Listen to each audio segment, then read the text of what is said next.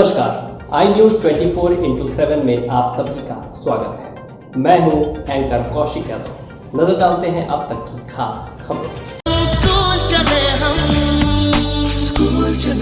Devshri public school आपके बच्चों को देता है अच्छे संस्कार, उत्तम चरित्र एवं हमारे संस्कृति से ओत-प्रोत शिक्षा। वर्तमान प्रतिस्पर्धा के इस वैज्ञानिक एवं तकनीकी युग में गुणवत्तापूर्ण शिक्षा में नंबर 1 विद्यालय देवश्री पब्लिक स्कूल पकुड़िया। सुनो घंटी बजी स्कूल की, चलो स्कूल। ओबरा जनपद सोनभद्र स्थानीय थाना क्षेत्र के अंतर्गत सुभाष तिराहा के समीप अवैध तरीके से बना ऑटो और जीप स्टैंड का अड्डा। वहीं बताते चले कि सुभाष तिराहा के समीप ही पुलिस सहायता केंद्र भी बना हुआ है, फिर भी प्रशासन मूक दर्शक बनी हुई है। वहीं अवैध तरीके से उस सड़कों से कोई वाहन खड़ी होती है या आवागमन होता है तो उसका चालान तुरंत काट दिया जाता है, लेकिन वहीं अवैध तरीके से सुभाष तिराहा पर जीप ऑटो खड़ा होता है तो चालान नहीं कटता, जिसके कारण आने जाने वाले राहगीरों को काफी समस्याओं का सामना भी करना पड़ता है। आए दिन जाम की भी समस्या रहती है, क्योंकि वहां पर अवैध तरीके से वाहनों के खड़े होने के कारण वह अंधा मोड़ हो चुका है, जिससे आते जाते राहगीरों को कुछ भी नहीं दिखता, जिसके कारण आए दिन दुर्घटना होती रहती है। अगर प्रशासन संज्ञान में लेते हुए इस पर कोई कार्रवाई नहीं की गई तो कभी भी हो सकती है यहाँ बड़ी दुर्घटना। और उन अवैध तरीके से वाहनों का चालान न काटने का क्या कारण है, यह एक प्रश्न का विषय है। ब्यूरो चीफ दिनेश उपाध्याय की खास रिपोर्ट।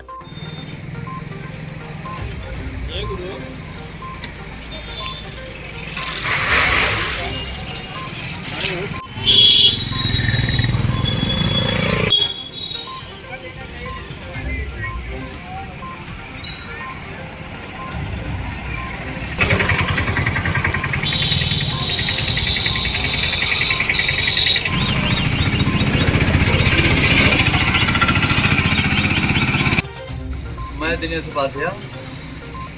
ओबरा में अवैध तरीके से सुभाष तिराहे पर टैक्सी स्टैंड को बनाया गया है और राजनीतिक चुनाव के मुद्दे को लेकर और वहीं पुलिस प्रशासन के कार्यप्रणाली पर कांग्रेस के पूर्व महासचिव और वर्तमान में खेल प्रकोष्ठ प्रदेश संयोजक मोहम्मद अहमद खान नूर जी ने जो इंटरव्यू दिया है, आइए सुनते हैं उनकी जुबानी।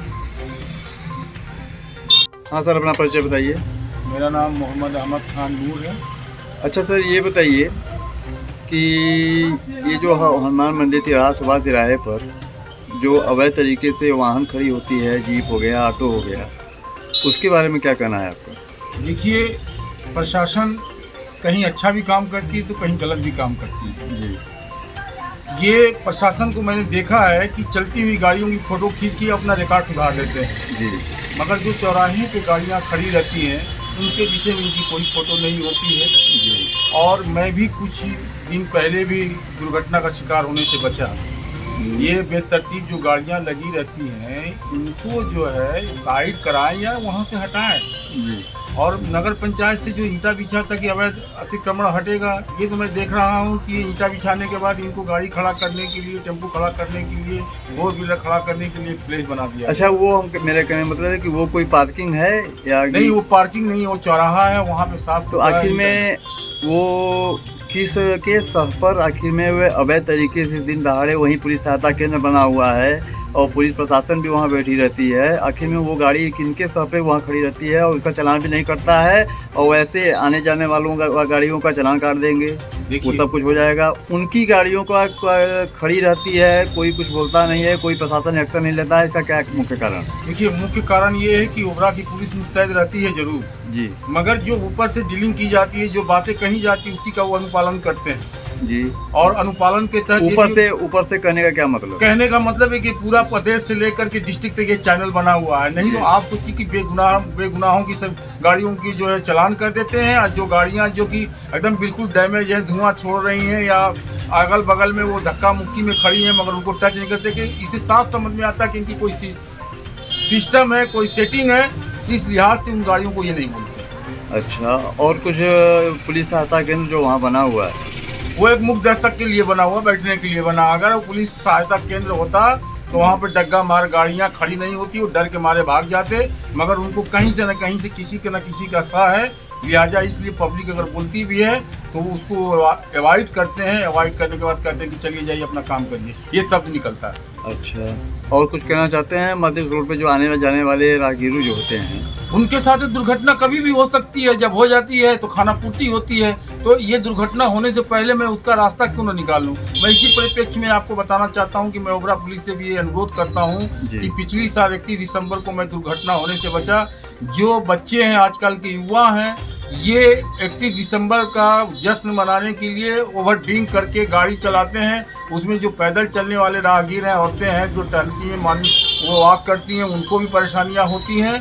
लिहाजा मैं पुलिस से अनुरोध करता हूं कि इन पे पाबंदी लगाए। और मैं प्लेस भी बता देता हूं, चिल्ड्रन पार्क, सेक्टर 9 चौराहा, दिल्ली का चौराहा, सेक्टर 8 चौराहा, इन पे मुस्तैदी से ये अपना कार्य करें। मगर मैं देखता हूं पत्रकार महोदय कि पुलिस सायरन बजा देती है।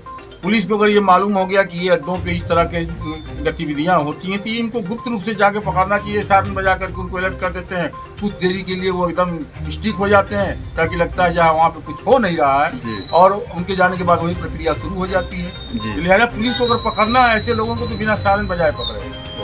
धन्यवाद। अच्छा सर, ये आप तो राजनीति में भी करीबन 10 साल से रह रहे हैं कांग्रेस में? करीब हमें 22-23 साल हो गए। तो ये बताइए, यहाँ की ओबरा की राजनीति या जनपद की राजनीति या तो इंटरनेशनल लेवल की राजनीति के बारे में आप कुछ कहना चाहते हैं कि क्या रणनीति चल रही है और क्या होना चाहिए सही तरीके से आपके माध्यम से? देखिए, मैं एक छोटा सा कार्यकर्ता हूँ और बहुत बड़ा कमेंट हमारा नहीं है, मगर 22-23 साल में ये अनुभव आया है कि जो ये लोग कहते हैं कि कांग्रेस ने ईवीएम मशीन लाई, तो कांग्रेस ने लाई थी तो निष्पक्षता चुनाव कराने के लिए समय की बचत हो और आसानी से काउंटिंग किया जा सके जो चुनाव होते हैं।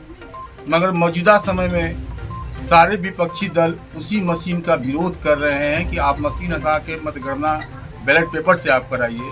मगर विशेष तौर से भाजपा पार्टी सिर्फ मशीन पे वोट कराने के पक्ष में है। मैं भारत सरकार के प्रधानमंत्री और चुनाव आयोग से ये अनुरोध करना चाहता हूँ अपनी जुबानी, ये कोई पार्टी का संदेश नहीं है, कि जो जनता डिमांड कर रही है या जो राजनीतिक दल डिमांड कर रहे हैं उसको एक बार आप बैलेट पेपर से चुनाव करा के जवाब दे दीजिए। अगर आप ईमानदार हैं, आप अच्छी सरकार चला रहे हैं, तो एक बार उनकी क्यों नहीं सुने? अगर बैलेट पेपर पे भी अगर भाजपा जीतती है तो उसके बारे में वो क्या? तो उसके बारे में जो आज हमारे जैसे कार्यकर्ताओं के दिमाग में आ रही है कि कहीं ना कहीं गलत है, हमारे भी मुंह बंद हो जाएंगे, अदर पार्टियों के भी मुंह बंद हो जाएंगे। अभी आप हाल ही में सर देखे होंगे कि 3 राज्यों के चुनाव हुआ। नहीं, अगर सवाल उठाना अगर है ही तो जैसे कि कांग्रेस हुआ, सपा हुआ और भाजपा का कोई भी A to Z हुआ, अगर देखिए उंगली उठाना रहा तो आदमी तो किसी भी चीज़ को लेके उंगली उठा सकता है, कि जैसे कि पंपलेट हो गया, ईवीएम मशीन हो गया, किसी के माध्यम से भी लोग कहते हैं कि कमर साइकिल पे अगर आदमी बटन दबा रहा है तो कमर पे चला जा रहा है। ये सत्य है। बीपी पैड आप उठा के देख लीजिए, बीपी पैड गिनती नहीं कराने देते हैं। अभी हमारे कुछ नौकरी चाकरी वाले जो है, अभी 3 राज्यों की जो चुनाव हुआ, इन्होंने बैलेट पेपर से जो है माध्यम से जो है जो भी हुआ उसमें कांग्रेस की सरकार 90-80% उसको वोट मिले। क्या कारण है कि जब मशीन से काउंटिंग हुई तो उसमें कांग्रेस कहीं नजर ही नहीं आ रही थी। और जिस प्रदेशों में चुनाव हुआ वहाँ पे मीडिया से लेकर तमाम सर्वे ने बताया कि यहाँ पे सरकार बदली जाएगी, मगर रिजल्ट कुछ और आता है। तो ये उनको सोचना चाहिए कि हम जो लोकतंत्र में रहते हैं उसको कायम करें, हम राजतंत्र न कायम करें। अब यहाँ पे राजतंत्र कायम करने की फिर लिस्ट चल रही है, मगर मैं सर आपको बताना ये भी चाहता हूँ आपके माध्यम से कि आज के डेट में हमारे देश के अंदर आप लोग तमाम जनता ये देख रही है कि महंगाई चरम सीमा पे, चलिए देश विकास कर रहा है, नौकरी चाकरी खत्म, देश विकास कर रहा है। सबसे बड़ी विडम्बना सर ये है कि मुझे जहाँ तक संज्ञान है, विगत 10 वर्ष 12 वर्ष पहले 20 करोड़ हमारे देश में राशन लेने वाले होते थे, आज 80 करोड़ हो गए। ये भी देश विकास कर रहा है इनके राज्य में, ये भी विकास है। नौकरी है नहीं, अटल जी ने पेंशन खत्म किया, इन्होंने नौकरी खत्म किया, और कल कारखाने सारे बिक रहे हैं, फिर भी मस्त हैं और कहते हैं कि देश विकास कर रहा है। तो भाई हम लोग भी उसमें सोचते हैं चलो भाई विकास कर रहा है तो हम लोग अंधभक्त नहीं है, जो गलत होगा हमें इतनी स्वतंत्रता है कि मैं आवाज उठाऊंगा। और उसके साथ साथ जो हमारे प्राइम मिनिस्टर हैं, गृह मंत्री हैं, मैं उनको अपमानित शब्द से भी नहीं बोल सकता, उनको रिस्पेक्टेड नाम लूंगा और उसके साथ साथ अपनी बात को भी रखूंगा। हम आम जनता मतलब कुल मिला के आपका कहने का मतलब ये है कि भाजपा जो भी कार्यविधि उनकी कार्यप्रणाली चल रही है इस समय वो सही नहीं। सही कैसे है? जनता चौराहे पे अगर 10 का आप सर्वे लीजिए तो उसमें 9 बोलते हैं कि आज भी 3 राज्य में जो चुनाव हुआ या 4 राज्य में हुआ। एक तेलंगाना इन्होंने दे करके ये जताने की कोशिश की कि मैं एकदम ईमानदार व्यक्ति हूँ, जबकि तेलंगाना में पहली बार सरकार बन रही है, वहाँ पे उम्मीद नहीं थी, जहाँ पे सारी उम्मीदें थी वहाँ पे धराशायी हो गई। अच्छा, एक छोटी सी ये सब बातें तो चलिए हो गई आपके माध्यम से, बहुत अच्छी बात रही।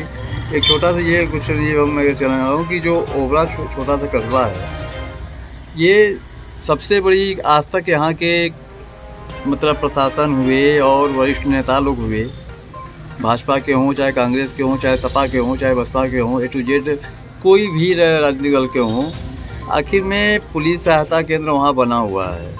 और वहीं पे बताइए गाड़ियों का जो खड़ा हुआ है उनकी चालान नहीं कट रही है। पुलिस विभाग के बारे में क्या आपका कहना है?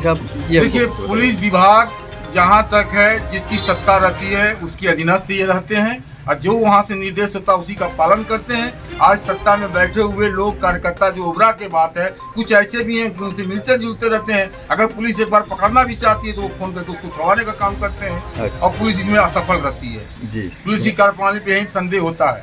जी धन्यवाद। खबरों का सिलसिला यूं ही जारी रहेगा। आप बने रहिए आई न्यूज के साथ, हर खबर पर पहली नजर। आप हमारे चैनल को लाइक करें, सब्सक्राइब करें और शेयर करना ना भूलें।